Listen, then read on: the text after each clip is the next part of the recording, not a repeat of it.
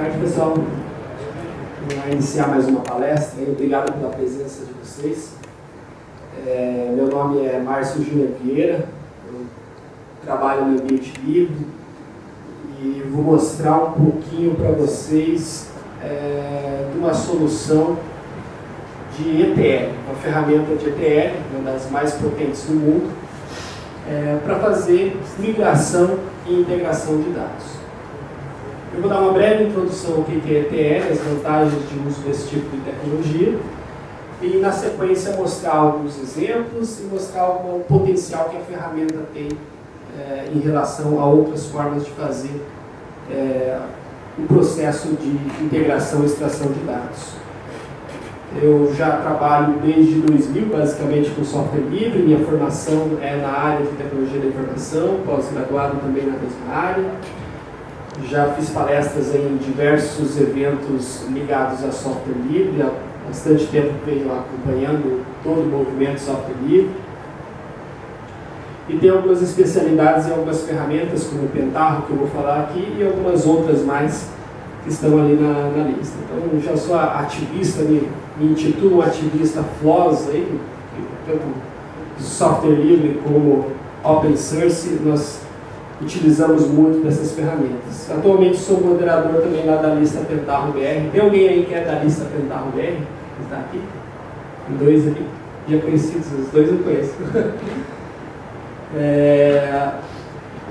O ecossistema lá da Ambiente Livre que a gente trabalha é esse monte de ferramental aí. A gente trabalha com soluções open source para gestão empresarial, Big Data, BI, ECM, CRM, uma série de ferramentas aí voltadas para o mercado empresarial, todas elas baseadas em código aberto. Sempre falo um pouquinho o que é software livre, apesar que aqui eu levo essas palestras para outros tipos de eventos também e mostro o que é software livre. Talvez aqui não seja novidade para vocês, mas o Pentaho é uma solução, partes do Pentaho são GPL, algumas são BSD, algumas são Apache, mas o Pentaho Data Integration que eu vou mostrar para vocês, ele tem licença GPL e atende essas 4 leis aí da liberdade do software livre. O que é ETL basicamente? ETL é um processo de você extrair o dado de alguma fonte, você pegar um dado de um banco de dados, você pegar um dado de um web service, você pegar um dado de um arquivo JSON, de qualquer local que você tem um dado, você extrair. Esse é o E. Alguns estudiosos chamam de ETC, mas isso é mais a tradução para o português, extração, transformação e carga. O ETL vem do inglês Extract, Transform e Load. Então, é o mesmo termo, só a tradução dele. A parte de transformação é o momento que você faz a tradução de alguma codificação. Por exemplo, você tem a letra M no banco de dados que representa masculino. Tem a letra F que no banco de dados representa feminino. Isso é um processo de decodificação de uma base. Você transforma um dado que está no formato num formato diferente. Você pode fazer também cálculos, junção de dados, transposição de dados e uma série de outras transformações que você pode fazer. Um exemplo bem clássico é quando você tem no banco de dados, por exemplo, o nome e o sobrenome em locais diferentes, e você quer juntar essas duas coisas. Estou dando um exemplo bem simples para entender o conceito, para depois a gente ver coisas mais avançadas.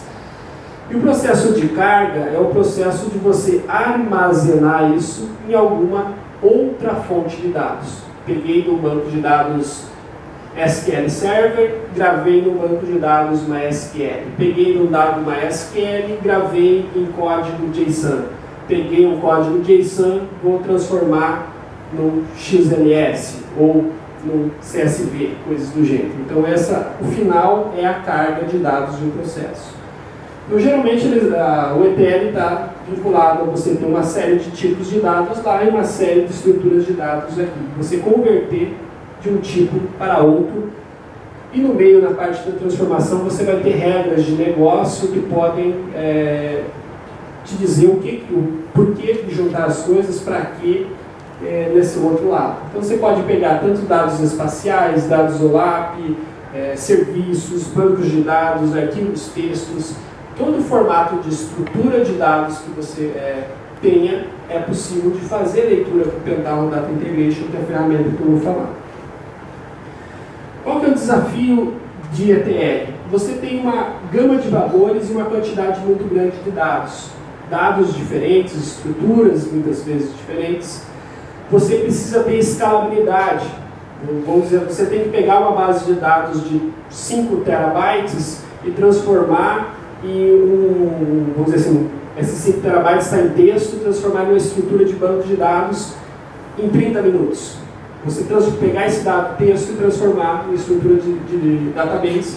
Só que são 1.500 tabelas de banco de dados que você tem que fazer isso, você tem pouco tempo para fazer isso. E isso tem que ficar fazendo todos os dias essa conversão. Então você tem que ter escalabilidade. Volume, já falei do tamanho, já estou falando do volume. E a diversidade também. Muitas vezes você tem estruturas de dados diferentes. Pense numa empresa que talvez lá, uma instituição que tem 10 anos de vida. Ela pode ter bancos de dados em Access, pode ter estruturas em COBOL, pode ter banco de dados em SQL Server, pode ter Oracle, pode ter uma série de tipos de estruturas de dados diferentes. E você precisa trabalhar com essa diversidade muitas vezes. Para isso, as ferramentas de ETL têm uma coisa chamada processamento em paralelo. Elas conseguem pegar dados e dividir em pequenos pedaços. Dividindo essa carga em pequenos pedaços, no que ele chama de pipeline, ele permite fazer execução simultânea. Um exemplo que eu posso dar nisso é que muitas vezes, até quando a gente faz uma consulta no banco de dados, a ferramenta do Pentaho Data Integration, por trabalhar em paralelo, em vez de ele fazer uma consulta e trazer uma tabela lá que tem 1 milhão de registros de uma vez só, e isso pesar para o banco, ele pode fazer 1000 consultas com 100 registros cada um e ter um retorno um pouco mais rápido. E ele faz esse controle de múltiplas conexões dentro do banco. Isso de forma simultânea e para diferentes fluxos. No mesmo momento que ele está lendo um banco de dados, ele pode estar lendo uma planilha eletrônica, ele pode estar gerando um arquivo texto e coisas do gênero. Então ele trabalha de forma paralela. Mas tem tanta ferramenta hoje que lê estruturas de bancos. Por exemplo, eu posso pegar o meu PHP, o meu Python, eu posso pegar uma linguagem de programação e programar isso. Existem classes que facilitam a construção disso. Qual é a vantagem de usar uma ferramenta de ETL ao eu estar programando isso numa linguagem de programação de mercado? A primeira vantagem é que você tem um local mais fácil e rápido para desenvolver isso. Você vai ver que para ler uma tabela, uma planilha eletrônica, por exemplo, é um componente, 2 minutinhos a gente já fez a leitura dela, já está com o dado pronto para gravar no outro local. É mais fácil e você não precisa codificar isso. Isso é visual. Você faz a construção desse processo de forma visual. Você não tem que conhecer uma linguagem de programação. Você tem que conhecer daquela estrutura de dados que você está lendo. Se você está lendo uma planilha eletrônica, ela tem, dentro do documento de planilha eletrônica, ele tem as planilhas, as linhas e as colunas. É isso que você precisa saber. Outra questão é que ela vai seguir padrões. Às vezes, quando você coloca na mão do desenvolvedor, cada um pode desenvolver de um jeito, e talvez aquele jeito não seja o mais performático, não seja o melhor a se desenvolver, está sujeito a bugs e coisas do gênero. As ferramentas de ETL já usam de padrões já estabelecidos, e você tem um ETL que vai ter mais performance do que você desenvolver. Geralmente, não 100% do caso, dá para afirmar, mas geralmente você tem uma performance maior do que qualquer estrutura programática. E a execução em paralelo que é a grande vantagem dela. Imagine você solicitar ao teu desenvolvedor, faça um processo de migração desse sistema para esse sistema, mas considere o uso de programação em paralelo, porque eu vou rodar isso em 20 servidores distribuídos para que isso seja mais rápido. Então o teu desenvolvedor já tem que ter conhecimentos de programação em paralelo para poder desenvolver. Já complicou muito o processo que aqui já tem pronto. Isso tem a ver com a escalabilidade. Eu acabei de falar de escalabilidade. Eu quero jogar esse processo para 10 servidores. No ETL eu consigo fazer essa distribuição. e quero ter uma diversidade de conectores. Hoje é difícil o banco de dados que exista, ou estrutura de dados que exista no mercado, que o Pentaho não se conecta. Então, se você for lá, eu falei algumas já, mas se você quiser, por exemplo, ler estruturas LDAP, se você quiser ler CSV, já falei, se você quiser ler XML, ler ou gravar, todas essas estruturas de dados já tem o conector pronto. Ah, mas Márcio, eu uso um banco de dados novo chamado MongoDB, que saiu recentemente do mercado, já tem driver para MongoDB. Ah, mas Márcio, eu uso um banco de dados proprietário, Oracle 12G, 15G. Pega o driver do Oracle, coloca ali dentro, ele vai funcionar também. Então ele já tem... Ah, eu estou trabalhando com Hadoop, Márcio. Hadoop é uma coisa big data, coisa do jeito. Tem drivers também para conexão nativa com essas estruturas. Então ele já tem essas conexões prontas, não ficam na mão do desenvolvedor. Outra questão é reusabilidade. Você pode pegar estruturas já construídas e reusar para outras coisas. E tem um processo de documentação, maior garantia de qualidade do dado, forma de auditar, forma de você auditar o processo, o que eu li numa ponta e o que eu gravei na outra estrutura de dados.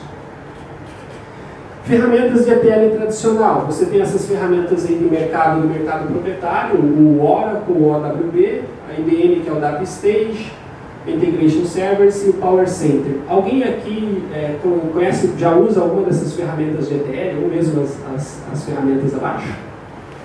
Fora os dois que eu já conheço, né? Não? Ninguém usa essas ferramentas? Ok. Essas ferramentas são ferramentas de mercado. Essa aqui é a melhor que tem no mercado. Ela custa R$120 mil para uma licença para um usuário.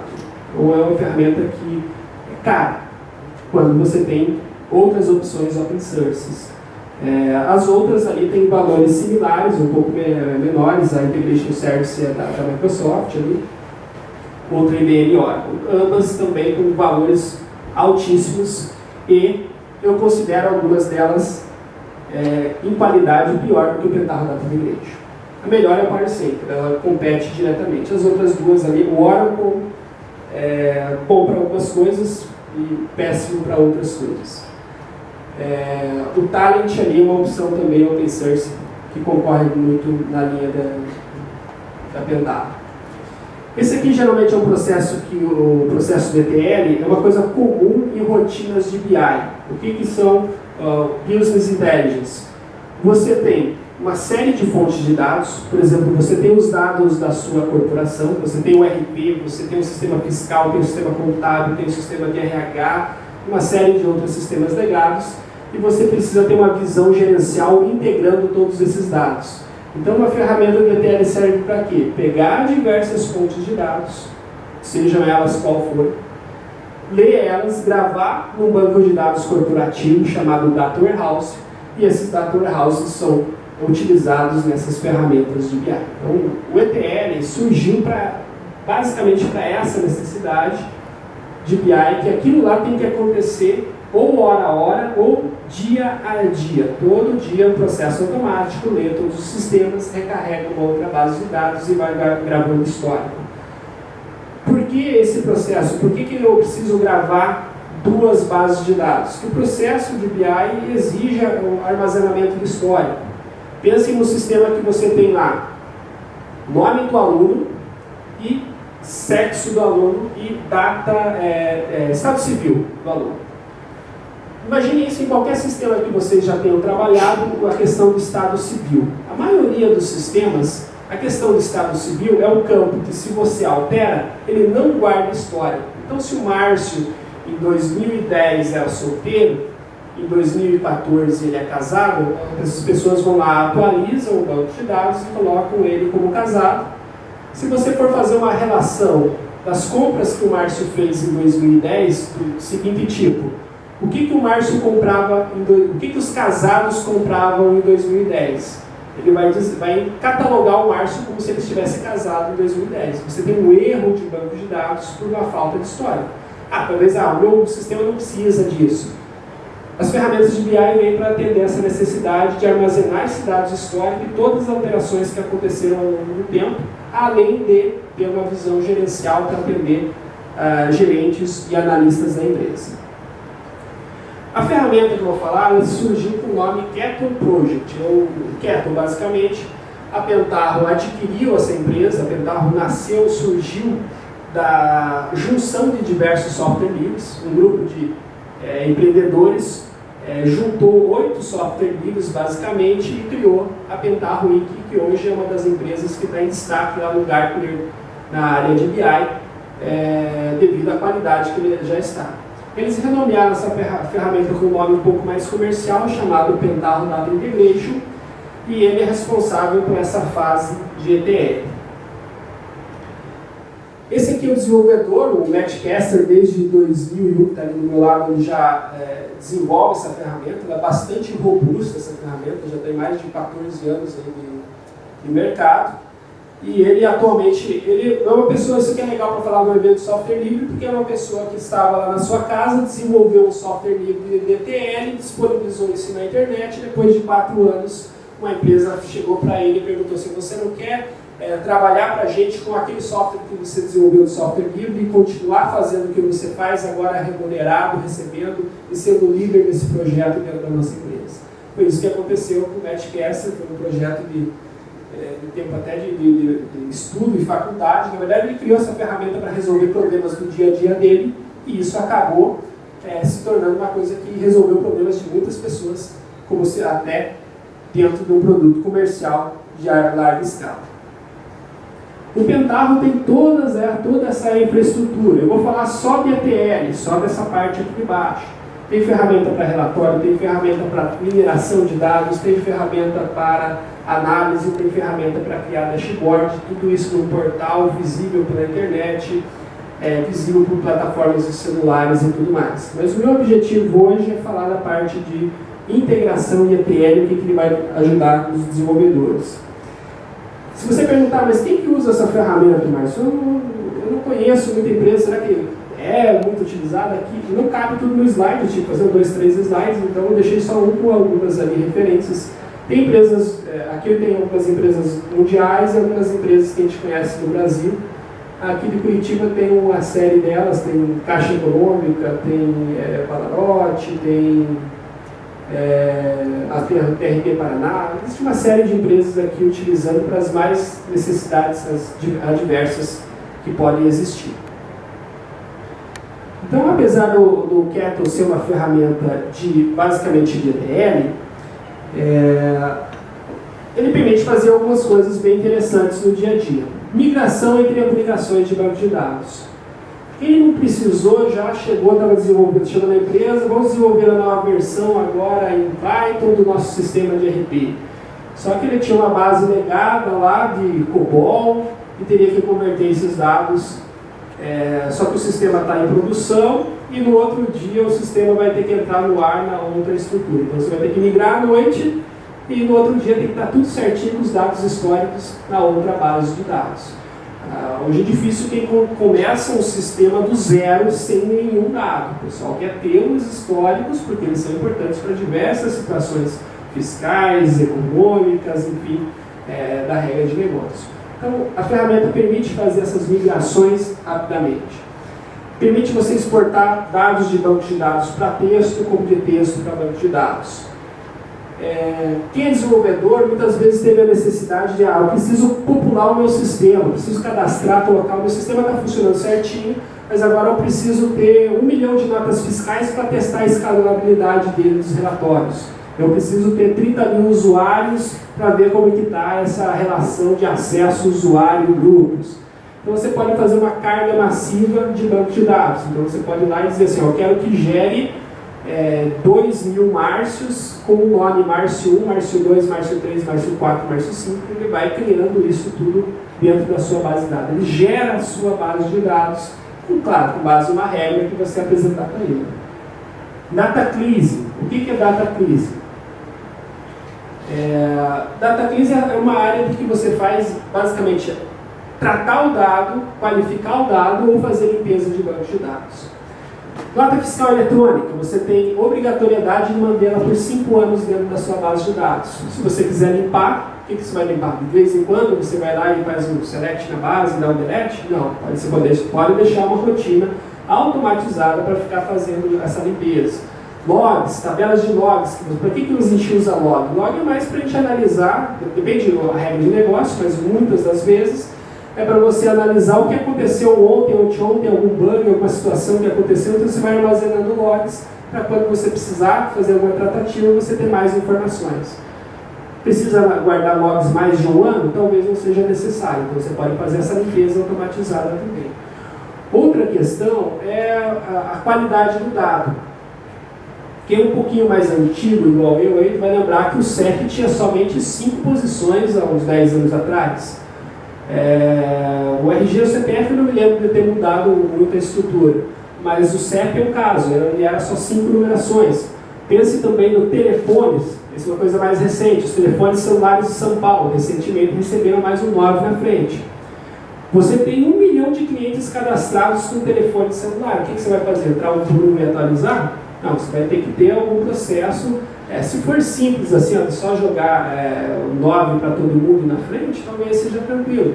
Mas se você tiver que ver regras, eu tenho que ver se a operadora dele é TIM, se a cidade deles é de São Paulo capital e CCC, condições para que isso aconteça. Então é melhor, a ferramenta permite fazer esse tratamento, inclusive fazer checagem de CPF, por exemplo. Uma vez a gente fez um trabalho de checagem de CPF. O cliente nos falou, estamos entrando num processo que já ouviu falar, ele se chama de SPED contábil. Todo mundo aí que passou esses tempos na TI, esses últimos 3 anos aí trabalhou com RP, sofreu com uma coisa chamada SPED contábil. Informações que você tem que passar para o governo das suas vendas, das suas questões contábeis e tudo mais da empresa.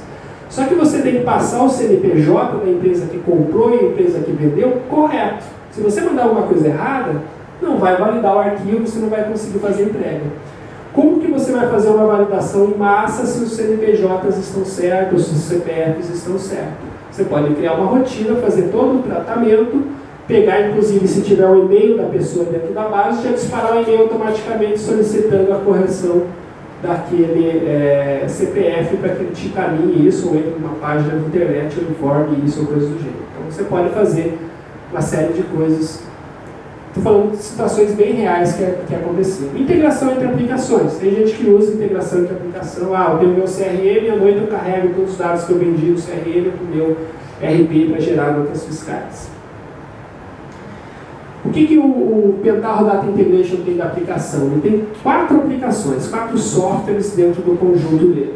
O Spoon, que é uma ferramenta gráfica, onde você vai desenhando, arrastando componentes e desenhando o que é o processo de ETL.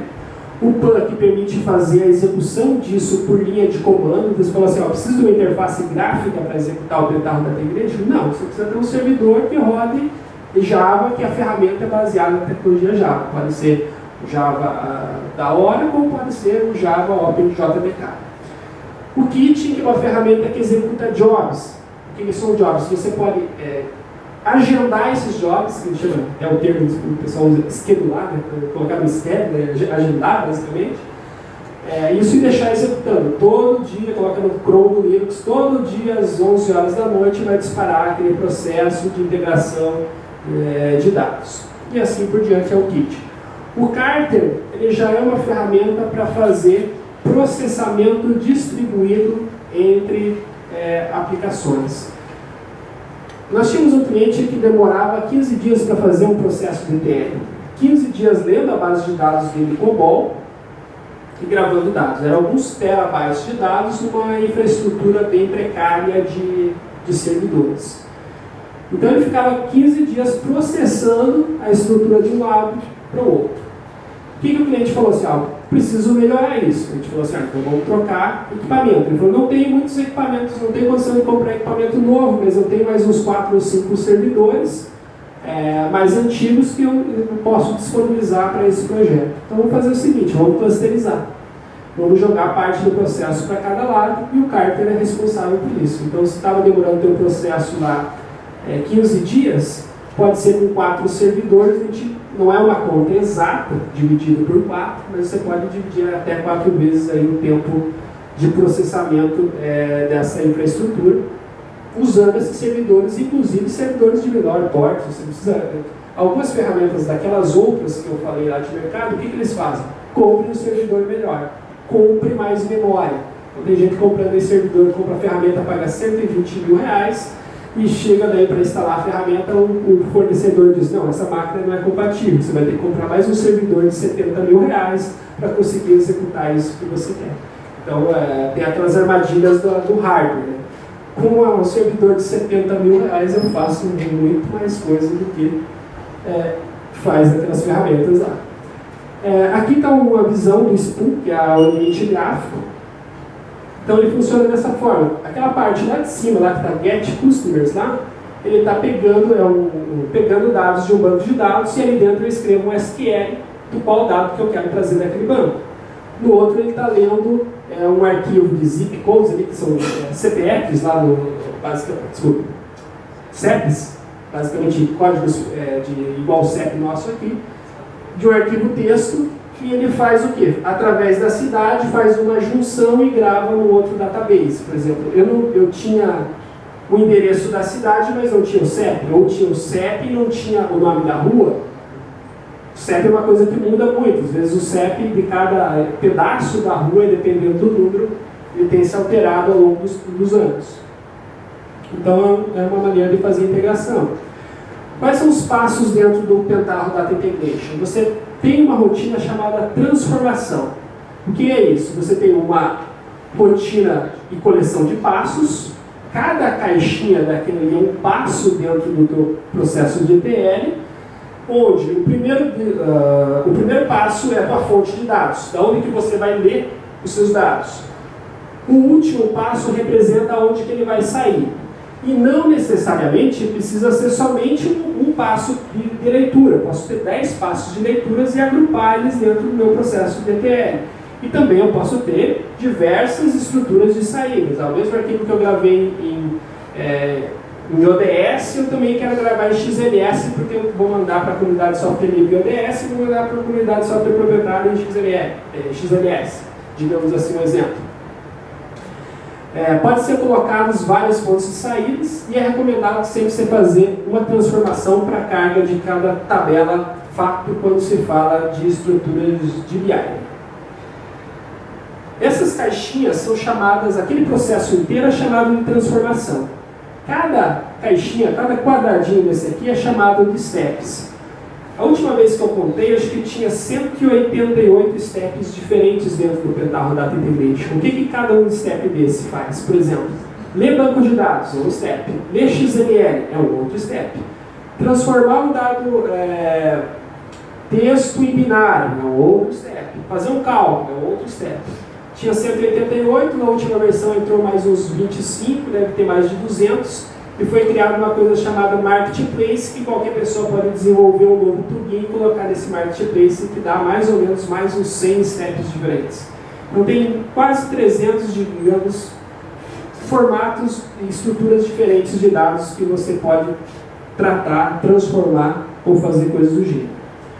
Hop são aquelas ligações, aquela flecha de ligação, ela serve para quê? Para mostrar da onde o dado está vindo e para onde ele está indo. Então, o dado está entrando lá naquele web produtos, lá, que está pegando o CSV, e passando por esse, eles chamam de stream de dados, que é um hop. Pense, imagine um cano levando água. É um cano levando dados que vai passando dado. E ele vai passando, por exemplo, ele pode ler 100 linhas lá, já está gravando 100 linhas aqui, e lá ainda continua lendo. Ele não precisa ler o arquivo inteiro para poder gravar aqui. Então ele vai fazendo isso em paralelo. Cada um desses steps vai trabalhando em paralelo, que dá velocidade para a ferramenta. Não precisa parar um processo, terminar para começar outro, que é o que a maioria das linguagens de programações faz. Você vai, se você não faz em paralelo, você lê todo o arquivo texto. Você só manda para o segundo processamento a partir de você estar com todo ele na memória. Depois ele passa para o segundo passo. Aqui eu peguei um pedaço do arquivo. Quando eu falo arquivo, é fonte de dados. Qualquer tipo de estrutura de dados. E o job, isso aqui é um exemplo do que dá para fazer. O job é você pegar diversas transformações e agrupar elas num processo de negócio. Eu tenho que primeiro carregar a tabela de clientes, depois carregar a tabela de produtos, depois carregar a tabela de vendas, por exemplo, e eu vou colocando isso numa ordem lógica que faz sentido dentro do job. Vou mostrar um pouquinho aqui na prática. Quem aqui é desenvolvedor? 1, 2, 3, poucos. Quem é analista? Todo mundo trabalha com analista, trabalha com dados, banco de dados, DBA. Não? Tem um DBA? Tem alguém no DBA? Bom, vamos ver se vai ajudar vocês no dia a dia aqui.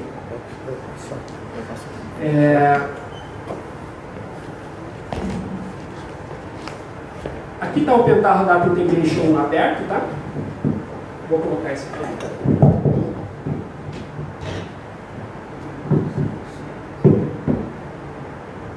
Bom, vamos lá. Vou fazer um exemplo bem simples de pegar um arquivo. Eu tenho aqui alguns arquivos aqui. Um arquivo, por exemplo, que tem nome, sobrenome e idade. Estou pegando coisas bem simples só para entender o processo. E tem uma outra planilha que tem aquele mesmo código do aluno. Veja que eu tenho o código do aluno aqui. Márcio tem a idade de 33 anos. Nesse outro arquivo eu tenho qual o curso que ele fez numa determinada universidade. Como que eu faço para juntar esses dados? Aqui eu estou trabalhando com planilha porque é mais fácil do que eu trabalhar com banco de dados para fazer demonstração. Vou pegar aqui em Design. Nessa área eu tenho uma série de steps. Vejam aqui, steps de input são aquilo que eu estou fazendo leitura. O que eu quero fazer leitura? Eu quero fazer leitura de um arquivo lá que é o Microsoft Excel. Aqui. Se puder, use em ODS, pessoal, mas vocês vão encontrar esse tipo de estruturas no mercado bastante.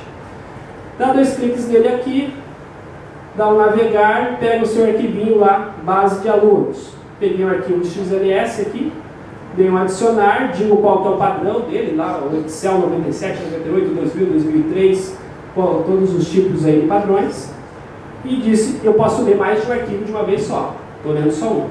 Venho aqui e digo qual que é a planilha. No get aqui, ele lê todas as planilhas que estão dentro do arquivo e me traz a lista das planilhas. Seleciono a planilha que eu quero ler e dou um OK. Clico aqui em Fields e dou um Get Fields for Whom. Ele me traz todos aqueles campos através da primeira linha que foi identificada.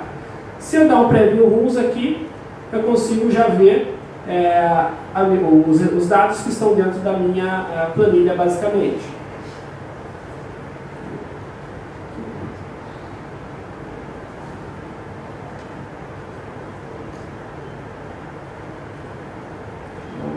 Aqui dá um preview aqui. Melhor ver aqui. Se der um preview, pronto. Já estou enxergando os dados que estão naquela planilha, já está dentro do meu stream aqui para fazer o próximo passo. Beleza, vocês viram que eu tenho aqui, na planilha, o nome e o sobrenome. Eu quero juntar isso aqui no nome completo. Então eu vou colocar um outro step aqui na frente. Para me juntar o nome completo, eu vou ter que colocar um espaço em branco. Então eu vou criar uma variável, vou falar igual se estivesse programando aqui. Eu vou criar uma variável constante. Tem um componente que se chama constante, digo que o dado vai sair daqui, vai vir para cá.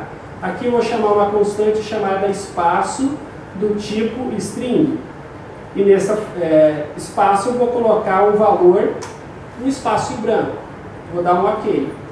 Se eu dar um preview nesse momento aqui, eu vou ter quais campos? Além de ter os campos código, nome, sobrenome, idade, eu acabei de criar mais uma coluna chamada espaço, que está com espaço em branco.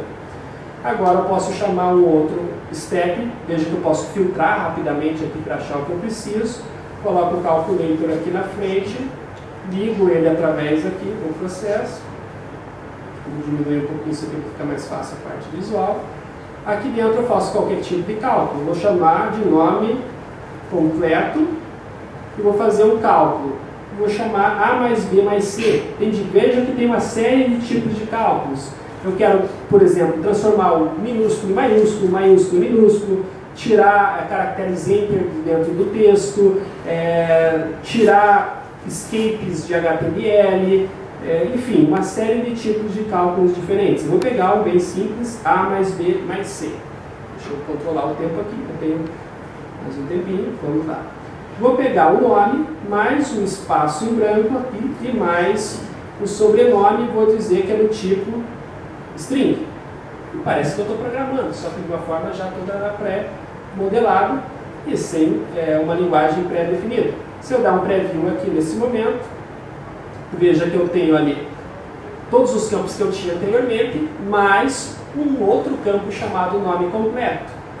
Vou dar um fechar aqui, ok.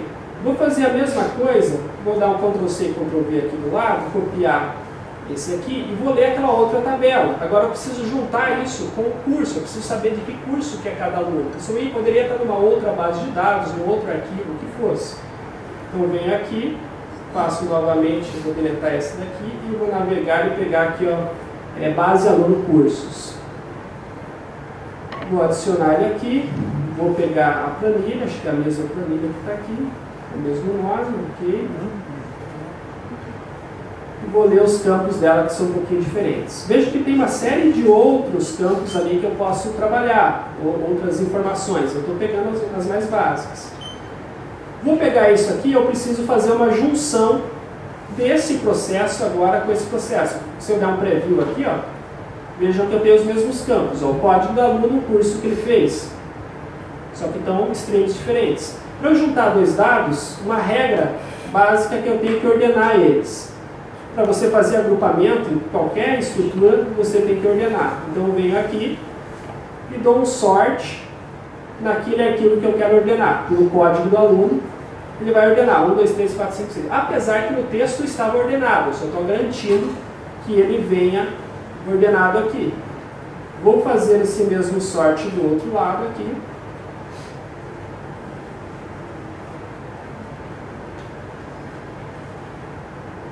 E vou pegar o mesmo campo código.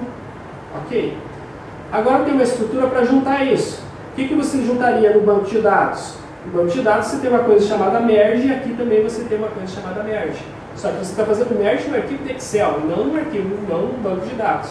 Você pode fazer um merge entre um arquivo, por exemplo, um banco de dados Oracle com um banco de dados Postgres e isso vai funcionar perfeitamente. Então eu posso pegar aqui, eu vou fazer um merge entre este e este e vai ser um inner join. Quem conhece banco aí sabe que inner join vai pegar todos os de um lado, todos do outro e juntar pela estrutura de código que eu estou falando aqui. Ele dá um aviso só que tem que estar ordenado. Você dá um preview. Veja que eu tenho aqui o nome Márcio, o sobrenome Márcio e agora tem um dado de file aqui desse lado. Vou dar um fechar aqui. Agora vem a parte mais legal. Vou selecionar os campos que eu quero gravar em alguma outra estrutura. Eu fiz uma brincadeirinha ali. Vou selecionar aqui quais arquivos que eu quero mandar para lá. Eu quero só mandar o código, o nome não quero, o sobrenome não quero, porque eu já tenho o nome completo. A idade, esse outro código já gravei lá em cima, espaço também não preciso. Quero gravar o código, a idade, o nome e o curso dessa pessoa numa outra estrutura. Então, ok. Daí vem aquele camarada e me diz assim, ó, eu quero gravar no banco de dados do MySQL, me grave no MySQL. Você está lá, desenvolvedor, fazendo ETL e precisa fazer o que ele te manda. Então eu tenho que vir aqui, jogar um table output, arrasto para cá, eu vou dizer que eu vou gravar. Eu já montei uma pré-conexão aqui com um banco de dados MySQL. Aonde que eu montei isso? Vou mostrar aqui. Para montar a conexão, eu só tenho que dizer esses parâmetros aqui.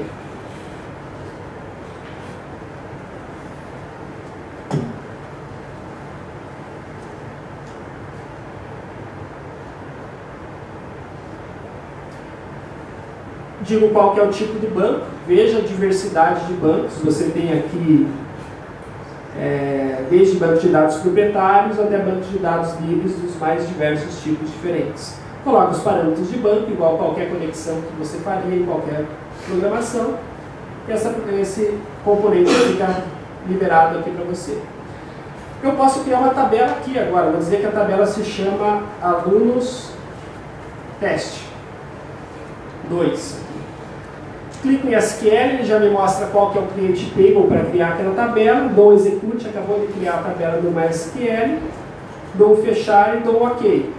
Faço esse processo de execução aqui, mando executar, ele foi lá e gravou. Aqui ele mostra quantos dados trafegaram dentro desse processo de ETL.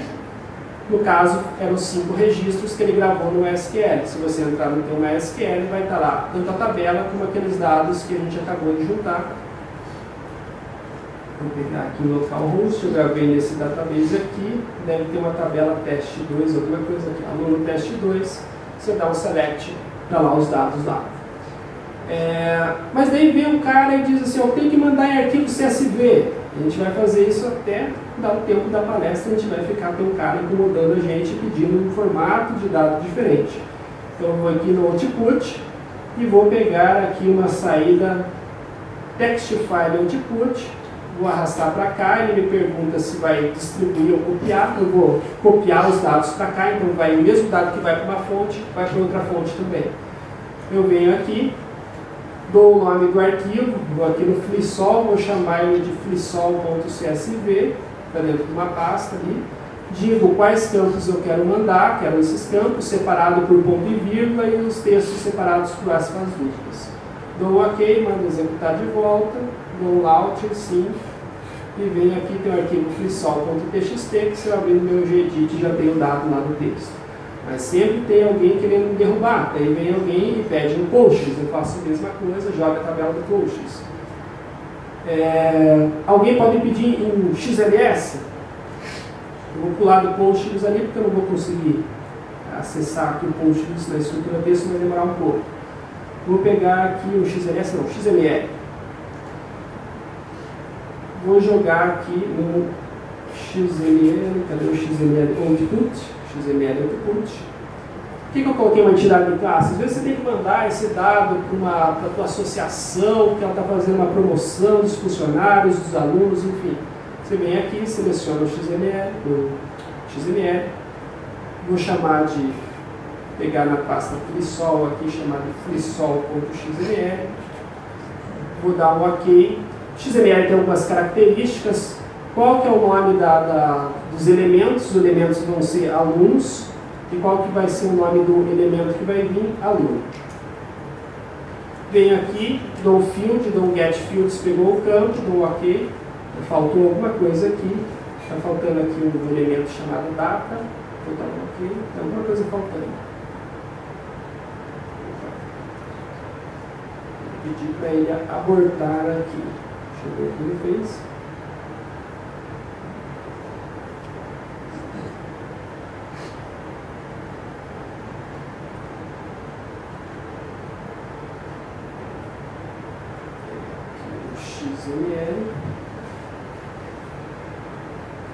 XML output, jogar para cá, vou pegar de novo o arquivo Flissol. Isso que dá, não lê a mensagem na hora que ela me falou, você quer sair? Eu falei sim, e saí sem salvar.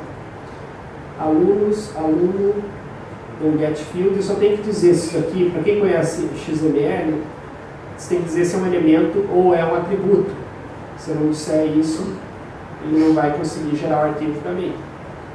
Vou dar um salvar, vou dar um executar. Já tem um arquivo chamado, estou começando a encher de arquivos aqui, o flissol.xml, que se eu abrir com o editor de texto, está lá o arquivo que eu XML. E assim por diante, eu posso ter, um exemplo que eu trouxe aqui, gravando isso em diversas estruturas diferentes. Veio um camarada do desenvolvimento web, quem desenvolve o web aí?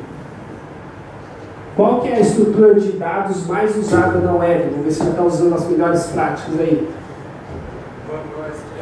Oi? Não, dentro pensando só no ambiente, você só tem o teu browser, onde os dados, como você armazena os dados. Pode outra responder também, ajuda ele. Dentro do navegador. JSON, exatamente. Então você quer gerar um JSON, tem um componente ali chamado JSON. Ele já gera a estrutura dentro do JavaScript, na estrutura JSON você faz toda a leitura que é o que mais está sendo usado aí de dados armazenados dentro do browser.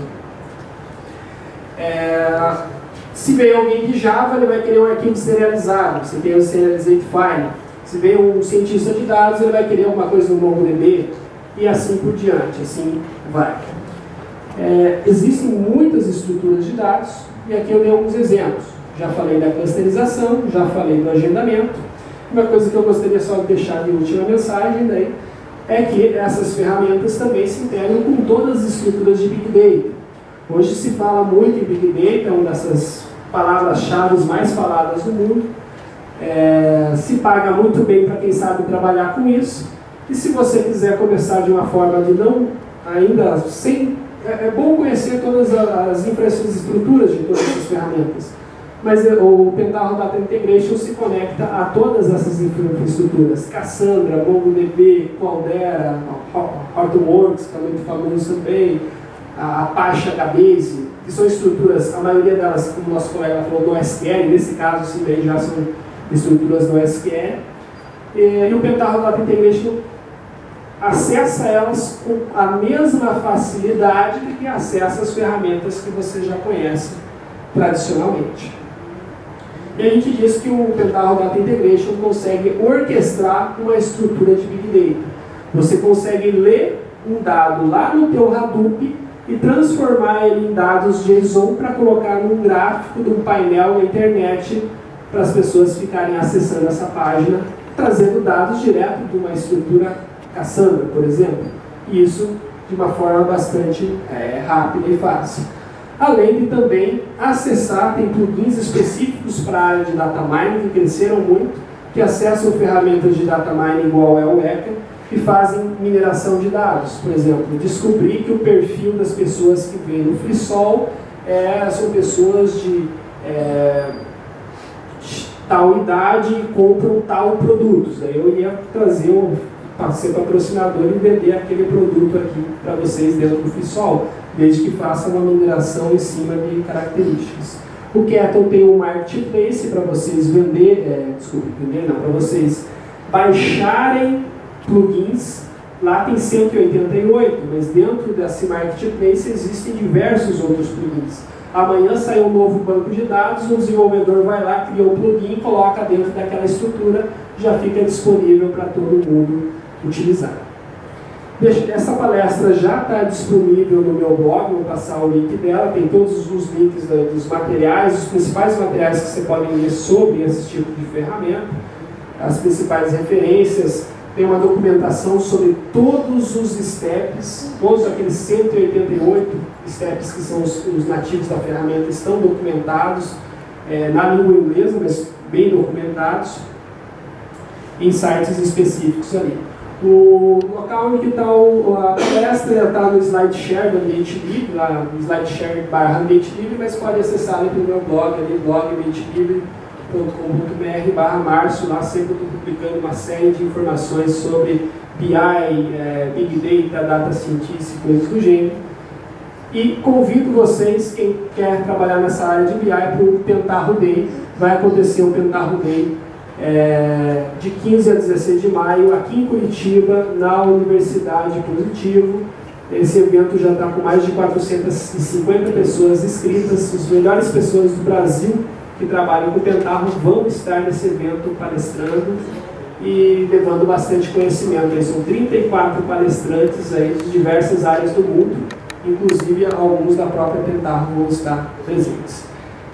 Muito obrigado, acho que não tem espaço para perguntas, que eu usei todo o meu tempo ali, mas eu vou estar aqui do lado, aqui na porta do evento, ali tiro dúvidas para quem tiver qualquer tipo de dúvida. Muito obrigado aí pelo tempo que vocês cederam para vir aqui.